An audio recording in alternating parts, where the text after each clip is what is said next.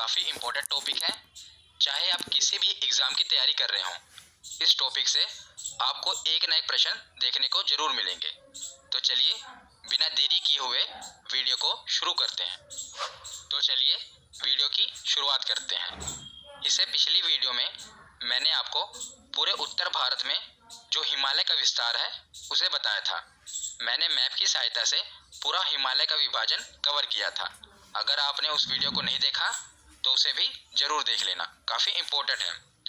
तो आज की इस वीडियो को शुरू करने से पहले मैं आपको पर्वत, पठार और पहाड़ में अंतर बताना चाहता हूँ ताकि आपको वीडियो समझ में आए।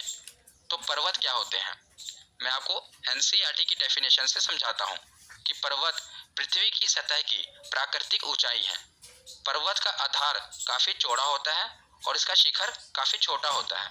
आप देख रहे हैं जैसा कि इमेज में जो पर्वत का आधार होता है ये चौड़ा होता है पर इसका शिखर काफ़ी छोटा होता है। और हम ये भी कह सकते हैं कि इसके ऊपर चोटी जैसी संरचना होती है और पर्वत काफ़ी ऊंचे होते हैं। उसी के मुकाबले अगर हम देखें पठार, तो मैं आपको सीधी सरल भाषा में बताता हूँ कि अगर हम पर्वत की चोटी को काट दें, इसको समतल कर दें, तो उसी को पठार कहते हैं। ये पर्वत के मुकाबले छोटे होते हैं क्योंकि पर्वत ये चोटी से हमने काट दी और ऊपर ये समतल होते हैं। तो ये जैसे मेज होती है ना, ऊपर से समतल होती है, उसी प्रकार पठार होते हैं, ये ऊपर से समतल होते हैं। और पर्वत क्या है, ऊपर चोटी होती है। उसके बाद हम देखते हैं पहाड़। तो पहाड़ क्या है, पहाड़ पर्वत का ही लघु रूप है। हम ऐसा भी कह सकते हैं कि ये पर्वत बड़ा भाई है और पहाड़ छोटा भाई है।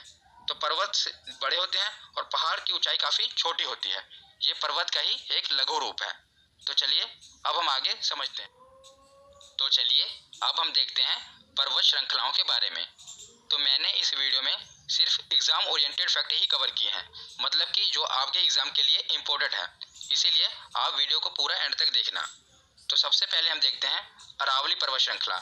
जैसा कि आप मैप में देख रहे हैं, यह गुजरात से लेकर राजस्थान और हरियाणा तक फैला हुआ है, पर इसका 80% भाग, जैसा कि आप मैप में देख रहे हैं, राजस्थान में ही है। इसीलिए कई बार एग्जाम में ये आ जाता है कि अरावली पर्वत श्रृंखला कहाँ है, तो ऑप्शन में राजस्थान दिया होता है, क्योंकि आप देख ही रहे हैं कि जो इसका 80% भाग ये राजस्थान में ही है और यह भारत की सबसे पुरानी पर्वत श्रृंखला है। ये काफ़ी इंपॉर्टेंट है, कई बार एग्जाम में पूछा गया है कि भारत की सबसे पुरानी पर्वत श्रृंखला कौन सी है, तो याद रखिएगा अरावली पर्वत श्रृंखला। और इसकी सर्वोच्च चोटी ये भी बहुत महत्वपूर्ण है, कौन सी है, गुरु शिखर। तो दो ही चीज़ें आप याद रखना कि सबसे पुरानी पर्वत श्रृंखला कौन सी है, तो अरावली पर्वत श्रृंखला। और इसकी चोटी कौन सी है, मतलब कि सबसे बड़ी चोटी कौन सी है इसकी, तो वो है गुरु शिखर, जिसकी ऊंचाई है कितनी, 1722 मीटर। तो राजस्थान के बाद अब हम देखते हैं मध्य प्रदेश। तो आप मैप में देख रहे हैं, ये है मध्य प्रदेश। तो मध्य प्रदेश में हम 3 पर्वत श्रृंखलाओं के बारे में पढ़ेंगे। सबसे ऊपर है विंध्याचल पर्वत श्रृंखला और नीचे की ओर है सतपुड़ा पर्वत श्रृंखला। आप ब्राउन कलर में देख रहे हैं, ये है सतपुड़ा पर्वत श्रृंखला। और आगे की ओर ये जो आप ब्लू कलर में देख रहे हैं, इसे कहते हैं मैकाल पर्वत श्रृंखला। तो यही जो सतपुड़ा पर्वत श्रृंखला है, जब आगे की ओर छत्तीसगढ़ में एंटर करती है तो उसी को मैकाल पर्वत श्रृंखला कहते हैं। याद रखिएगा, ये जो सतपुड़ा पर्वत श्रृंखला है ये मध्य प्रदेश में, आगे की ओर जब ये छत्तीसगढ़ में एंटर करती है तो कुछ हिस्सा इसका मध्य प्रदेश में, बाकी का हिस्सा छत्तीसगढ़ में, उसी को मैकाल पर्वत श्रृंखला कहते हैं। तो इससे प्रश्न क्या बनता है, इसकी सर्वोच्च चोटी पूछी जाती है एग्जाम में। तो सबसे पहले हम देखते हैं सतपुड़ा पर्वत श्रृंखला। सतपुड़ा पर्वत श्रृंखला की सर्वोच्च चोटी कौन सी है, तो याद रखिएगा धूपगढ़। धूपगढ़ सर्वोच्च चोटी है सतपुड़ा पर्वत श्रृंखला की। और इसकी ऊंचाई कितनी होती है, तो इसकी ऊंचाई है लगभग 1350 मीटर। उसके बाद हम देखते हैं मैकाल पर्वत श्रृंखला। मैकाल पर्वत श्रृंखला की सर्वोच्च चोटी है अमरकंटक। वेरी इंपॉर्टेंट, कई बार एग्जाम में पूछी गई है। अमरकंटक किसकी सर्वोच्च चोटी है, तो वो है मैकाल पर्वत श्रृंखला की सर्वोच्च चोटी और इसकी ऊंचाई है 1036 मीटर। तो यही दो सर्वोच्च चोटी पूछी जाती है, एक तो सतपुड़ा की, यह है धूपगढ़, और दूसरी पूछी जाती है मैकाल की, ये तो कई बार पूछी गई है, तो यह है अमरकंटक। और याद रखिएगा, जो आप ये देख रहे हैं अमरकंटक, जो कि मैकाल पर्वत श्रृंखला की सर्वोच्च चोटी है, यहीं से निकलती है नर्मदा नदी और सतपुड़ा पर्वत श्रृंखला से निकलती है ताप्ती नदी। तो एग्जाम में क्या प्रश्न बनता है कि नर्मदा और ताप्ती नदी के बीच कौन सी पर्वत श्रृंखला है, तो याद रखिएगा आप देख ही रहे हैं इमेज में, ये कौन सी पर्वत श्रृंखला है? तो ये है सतपुड़ा पर्वत श्रृंखला। नर्मदा और ताप्ती नदी के बीच कौन सी पर्वत श्रृंखला है? तो वो है सतपुड़ा पर्वत श्रृंखला। तो मध्य प्रदेश के बाद अब हम देखते हैं गुजरात और महाराष्ट्र। तो गुजरात से एक ही प्रश्न बनता है कि गिर पहाड़ियाँ कहाँ पर स्थित हैं? तो याद रखिएगा, गिर पहाड़ियाँ गुजरात में स्थित हैं। ये प्रश्न क्यों बनता है? क्योंकि यहाँ पर एशियाई शेर पाए जाते हैं। एशियाई शेरों के लिए विख्यात गिर वन राष्ट्रीय उद्यान इसी क्षेत्र में स्थित है। जो गिर वन राष्ट्रीय उद्यान है वहाँ पर एशियाई शेर पाए जाते हैं और वो यही गिर पहाड़ियों में ही स्थित हैं, इसीलिए ये प्रश्न इम्पोर्टेंट है। उसके बाद हम देखते हैं अजंता पर्वत श्रेणी। तो जैसा कि आप मैप में देख रहे हैं, अजंता पर्वत श्रेणी ये कहाँ पर है? तो ये महाराष्ट्र में फैली हुई है और यहीं पर अजंता और एलोरा की जो गुफाएं हैं वो पाई जाती हैं, जो कि यूनेस्को में शामिल हैं, इसीलिए ये प्रश्न भी इम्पोर्टेंट है। तो मध्य भारत और पश्चिमी भारत ये हमने पढ़ लिया। अब हम आते हैं दक्षिण भारत की तरफ।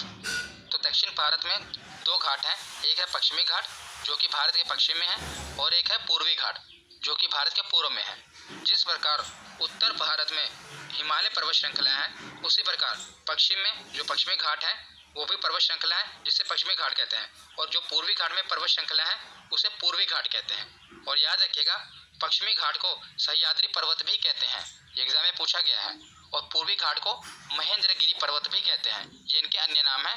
पश्चिमी घाट को सह्याद्री पर्वत कहते हैं और पूर्वी घाट को महेंद्रगिरी पर्वत भी कहते हैं। और पूर्वी घाट और पश्चिमी घाट दोनों आकर जहाँ पर मिलते हैं उसे नीलगिरी पर्वत श्रेणी कहते हैं। ये जो पश्चिमी घाट है और ये है पूर्वी घाट, ये जहाँ पर आकर मिलते हैं दोनों एक जगह पर, उसे कहते हैं नीलगिरी पर्वत श्रेणी। ये एग्जाम में पूछा गया है, इसीलिए ध्यान से सुनिएगा। जहाँ पर पश्चिमी घाट और पूर्वी घाट आकर मिलते हैं उसे कहते हैं नीलगिरी पर्वत श्रेणी। और नीलगिरी पर्वत श्रेणी की सबसे ऊंची चोटी कौन सी है? तो वो है डोडा बेटा। कौन सी? डोडा बेटा, जिसकी ऊंचाई है 2637 मीटर। तो आपसे प्रश्न क्या बनेगा कि पूर्वी घाट और पश्चिमी घाट आकर मिलते हैं उसे क्या कहते हैं? उसे कहते हैं नीलगिरी पर्वत श्रेणी। और नीलगिरी पर्वत श्रेणी की सर्वोच्च चोटी कौन सी है? वो है डोडा बेटा। और डोडा बेटा दक्षिण भारत की दूसरी सबसे ऊंची चोटी है।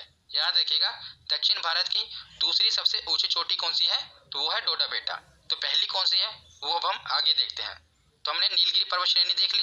तो नीलगिरी पर्वत श्रेणी के नीचे है अन्नामलाई की पहाड़ियाँ, और अन्नामलाई पर्वत श्रेणी की सर्वोच्च चोटी है अन्नाईमुडी, जिसे अन्नामुदी भी कहते हैं, जो कि दक्षिण भारत की सर्वोच्च चोटी है। अब हमने देख लिया कि दक्षिण भारत की सर्वोच्च चोटी कौन सी है, वो है अन्नाईमुडी। अगर हम बात करें दूसरी सबसे ऊंची चोटी दक्षिण भारत की, वो है डोडा बेटा। तो अन्नामलाई पहाड़ियों के नीचे है इलायची की पहाड़ियाँ, जो कि लगभग पूरा जिसका एरिया केरल में ही है। थोड़ा सा इसका एरिया तमिलनाडु में जाता है, पर लगभग ये जो पहाड़ी है ये केरल में ही है। तो इलायची की पहाड़ियाँ मुख्यतः केरल में है, जो कि इलायची के लिए काफ़ी मशहूर है, इसीलिए इसे इलायची की पहाड़ियाँ कहते हैं। अब हम एक बार फिर से रिवीजन कर लेते हैं क्योंकि काफ़ी इंपॉर्टेंट है। तो दो घाट हैं, एक है पश्चिमी घाट, दूसरा है पूर्वी घाट। ये जहाँ पर आकर मिलते हैं उसे कहते हैं नीलगिरी पर्वत श्रेणी। और नीलगिरी पर्वत श्रेणी की सबसे ऊंची चोटी है डोडा बेटा, जो कि दक्षिण भारत की दूसरी सबसे बड़ी चोटी है। और उसी नीलगिरी पर्वत श्रेणी के नीचे है अन्नामलाई की पहाड़ियाँ, और अन्नामलाई की पहाड़ी की सर्वोच्च चोटी है अन्नाईमुडी, और अन्नाईमुडी दक्षिण भारत की सर्वोच्च चोटी है। और उसके नीचे है इलायची की पहाड़ियाँ, जो कि केरल में है। ये इलायची के लिए काफ़ी मशहूर है, इसीलिए इसे इलायची की पहाड़ियाँ कहते हैं। तो उसके बाद हमने दक्षिण भारत देख लिया। अब हम देखते हैं दक्षिण भारत के नीचे जो हमारे द्वीप हैं। तो एक तो है अंडमान निकोबार और दूसरा है लक्षद्वीप। ये दोनों द्वीप समूह हैं, इनकी सर्वोच्च चोटियाँ देख लेते हैं। तो अंडमान निकोबार द्वीप की सर्वोच्च चोटी है सैडल पीक। याद रखिएगा कौन सी? सैडल पीक, जिसकी ऊंचाई है लगभग 737 मीटर। ये नहीं हमसे पूछा जाएगा कि ऊंचाई कितनी है, हमसे यही पूछा जाएगा कि अंडमान निकोबार द्वीप समूह की सर्वोच्च चोटी कौन सी है, तो वो है सैडल पीक। तो अंडमान निकोबार द्वीप समूह के बाद हम देखते हैं लक्षद्वीप समूह। तो लक्षद्वीप समूह की सर्वोच्च चोटी कौन सी है? ये है नारचो। याद रखिएगा कौन सी है? नारचो। तो अंडमान निकोबार द्वीप समूह की सर्वोच्च ऊंची चोटी है सैडल पीक, और लक्षद्वीप समूह की सर्वोच्च चोटी है नारचो। तो हमने द्वीप समूह कवर कर लिया, दक्षिण भारत कवर कर लिया। अब हम आते हैं नॉर्थ ईस्ट की तरफ। ये हम अक्सर भूल जाते हैं नॉर्थ ईस्ट को, पर यहीं से प्रश्न बनते हैं। तो नॉर्थ ईस्ट में ये सर्वोच्च चोटियाँ नहीं पूछी जाएंगी, इसमें सीधा पहाड़ियाँ पूछी जाएंगी और पर्वत पूछे जाएंगे कि ये कहाँ पर है। तो सबसे पहले देखते हैं मेघालय। मेघालय में 3 पहाड़ियाँ हैं और तीनों काफ़ी इंपॉर्टेंट हैं। जिन्हें आप तीनों इकट्ठा याद रखिए। गारो, खासी, जयंतिया। गारो, खासी, जयंतिया, ये तीनों पहाड़ियाँ कहाँ पर हैं? ये है मेघालय में। कौन कौन सी? गारो, खासी, जयंतिया। गारो, खासी और जयंतिया। और मेघालय के बाद दो पहाड़ियाँ, ये तो आप आसानी से याद रख लोगे, एक नागालैंड की और एक मिजोरम में। नागालैंड की जो पहाड़ियाँ हैं उसे नागा पहाड़ियाँ कहते हैं, ये तो सीधा नाम से क्लियर है। नागालैंड में है नागा पहाड़ियाँ, मिजोरम में है मिजो पहाड़ियाँ, ये तो दोनों नाम से क्लियर है। ज़्यादा पूछा जाता है मेघालय के बारे में, तो मेघालय में है गारो, खासी और जयंतिया। और उसके साथ हम देखते हैं अरुणाचल प्रदेश। अरुणाचल प्रदेश में दो हैं पहाड़ियाँ, एक है डाफला और दूसरी है मिशमी। डाफला, मिशमी, ये दोनों हैं अरुणाचल प्रदेश में। मेघालय में गारो, खासी, जयंतिया और अरुणाचल प्रदेश में डाफला और मिशमी। तो यहाँ पर हमारी थ्योरी कंप्लीट होती है। अब हम देखते हैं प्रीवियस ईयर क्वेश्चन कि हम क्वेश्चन कितने कर पाते हैं। तो अब हम प्रीवियस ईयर क्वेश्चन देखते हैं कि हम कितने क्वेश्चन ठीक कर पाते हैं। तो सबसे पहला प्रश्न है कि किस हिमालय चोटी को सागरमाथा कहते हैं। तो जो इससे पिछली वीडियो थी उसमें मैंने आपको पूरा हिमालय पढ़ाया था ना, उसका ये प्रश्न है कि किस हिमालय चोटी को सागरमाथा कहते हैं। तो याद रखिएगा, माउंट एवरेस्ट को सागरमाथा कहते हैं, जो कि हिमालय की सर्वोच्च चोटी है।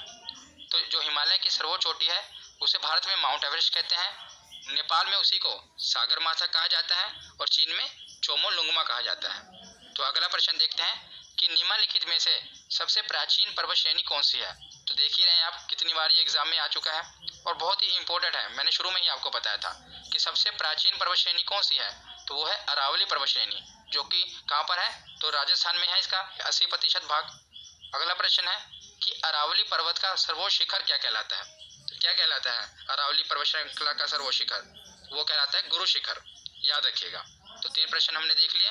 अगला क्वेश्चन देखते हैं कि निम्नलिखित में से किस पर्वतमाला को सह्याद्री के नाम से भी जाना जाता है। तो हमने पीछे पढ़ा था, एक सह्याद्री और दूसरा महेंद्रगिरी, एक सह्याद्री और दूसरा महेंद्रगिरी। तो सह्याद्री कौन सा था, तो पहले सह्याद्री फिर महेंद्रगिरी, मतलब कि पश्चिम, तो पश्चिमी घाट को इसी को सह्याद्री के नाम से भी जानते हैं। अगला प्रश्न है कि पूर्वी घाट और पश्चिमी घाट पर्वत श्रेणियों का सम्मिलन स्थल है। तो जहाँ पर पूर्वी घाट और पश्चिमी घाट आकर मिलते हैं उसे हम क्या कहते हैं, तो उसको कहते हैं नीलगिरी पहाड़ी, यानी कि नीलगिरी पर्वत श्रृंखला, जहाँ पर पूर्वी घाट और पश्चिमी घाट आकर मिलते हैं। अगला प्रश्न है कि निम्नलिखित में से कौन सी दक्षिण भारत की सबसे ऊंची चोटी है। इन्होंने पूछा है कि दक्षिण भारत की सबसे ऊंची चोटी कौन सी है, तो वो है अन्नाईमुड़ी। ये है दक्षिण भारत की सर्वोच्च चोटी। अगर बात करते हैं दक्षिण भारत की दूसरी सबसे ऊंची चोटी, तो वो होती डोडा बेटा। उसके बाद अगला प्रश्न है कि गारो, खासी और जयंतिया ये पहाड़ियाँ किस राज्य में स्थित हैं। तो तीनों पहाड़ियाँ मैंने आपको बताया था कि गारो, खासी और जयंतिया कहाँ पर स्थित हैं, ये स्थित है मेघालय में, याद रखिएगा। अगला प्रश्न है कि गिर पहाड़ियाँ कहाँ पर स्थित हैं। तो गिर पहाड़ियाँ कहाँ पर हैं, तो ये गुजरात में ही है। कहाँ से शुरू हो रहा है और कहाँ से ये भी है राज्य भी। गिर पहाड़ियाँ कहाँ पर हैं, तो गुजरात में, ये गुजरात में है। और गिर पहाड़ियाँ क्यों फेमस है, क्योंकि यहाँ पर एशियाई शेर पाए जाते हैं। उसके बाद अगला प्रश्न है कि अजंता पहाड़ियाँ कहाँ पर स्थित है। तो अजंता पहाड़ियाँ कहाँ पर हैं, महाराष्ट्र में। अजंता और एलोरा की गुफाएं भी यहीं पर ही हैं। तो उसके बाद अगला क्वेश्चन देखते हैं कि नर्मदा और ताप्ती नदियों के मध्य स्थित है। तो मैंने, अगर आप मध्य प्रदेश का देख रहे हैं, मैंने आपको बताया था नक्शा, ऊपर से नर्मदा नदी बह रही थी, नीचे से ताप्ती नदी बह रही थी और बीच में थी कौन सी पर्वत श्रृंखला थी, तो सतपुड़ा पर्वत श्रृंखला थी ना। ऊपर थी विंध्याचल पर्वत श्रृंखला, उसके नीचे थी नर्मदा नदी, उसके नीचे था सतपुड़ा पर्वत श्रृंखला और सतपुड़ा पर्वत श्रृंखला के नीचे थी ताप्ती नदी। तो नर्मदा नदी और ताप्ती नदी के बीच कौन सी पर्वत श्रृंखला थी, तो वो थी सतपुड़ा पहाड़ियाँ। तो याद रखिएगा कि नर्मदा और ताप्ती नदियों के मध्य स्थित है सतपुड़ा पहाड़ियाँ। उसके बाद अगला प्रश्न है कि अंडमान और निकोबार द्वीप समूह में सबसे अधिक ऊंचाई वाली चोटी कौन सी है। तो अंडमान और निकोबार द्वीप समूह की सबसे ऊंचाई चोटी कौन सी है, तो वो है सैडल पीक। अगर यही पूछते हैं कि लक्षद्वीप समूह की सर्वोच्च चोटी कौन सी है, तो वो होती नारचो। तो आज का आखिरी क्वेश्चन है कि गुरु शिखर चोटी किस राज्य में स्थित है।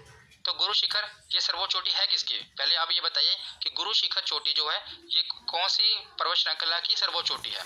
तो ये है अरावली पर्वत श्रृंखला की सर्वोच्च चोटी। और मैंने आपको बताया था कि जो अरावली पर्वत श्रृंखला है इसका 80% भाग कहाँ पर है, तो राजस्थान में।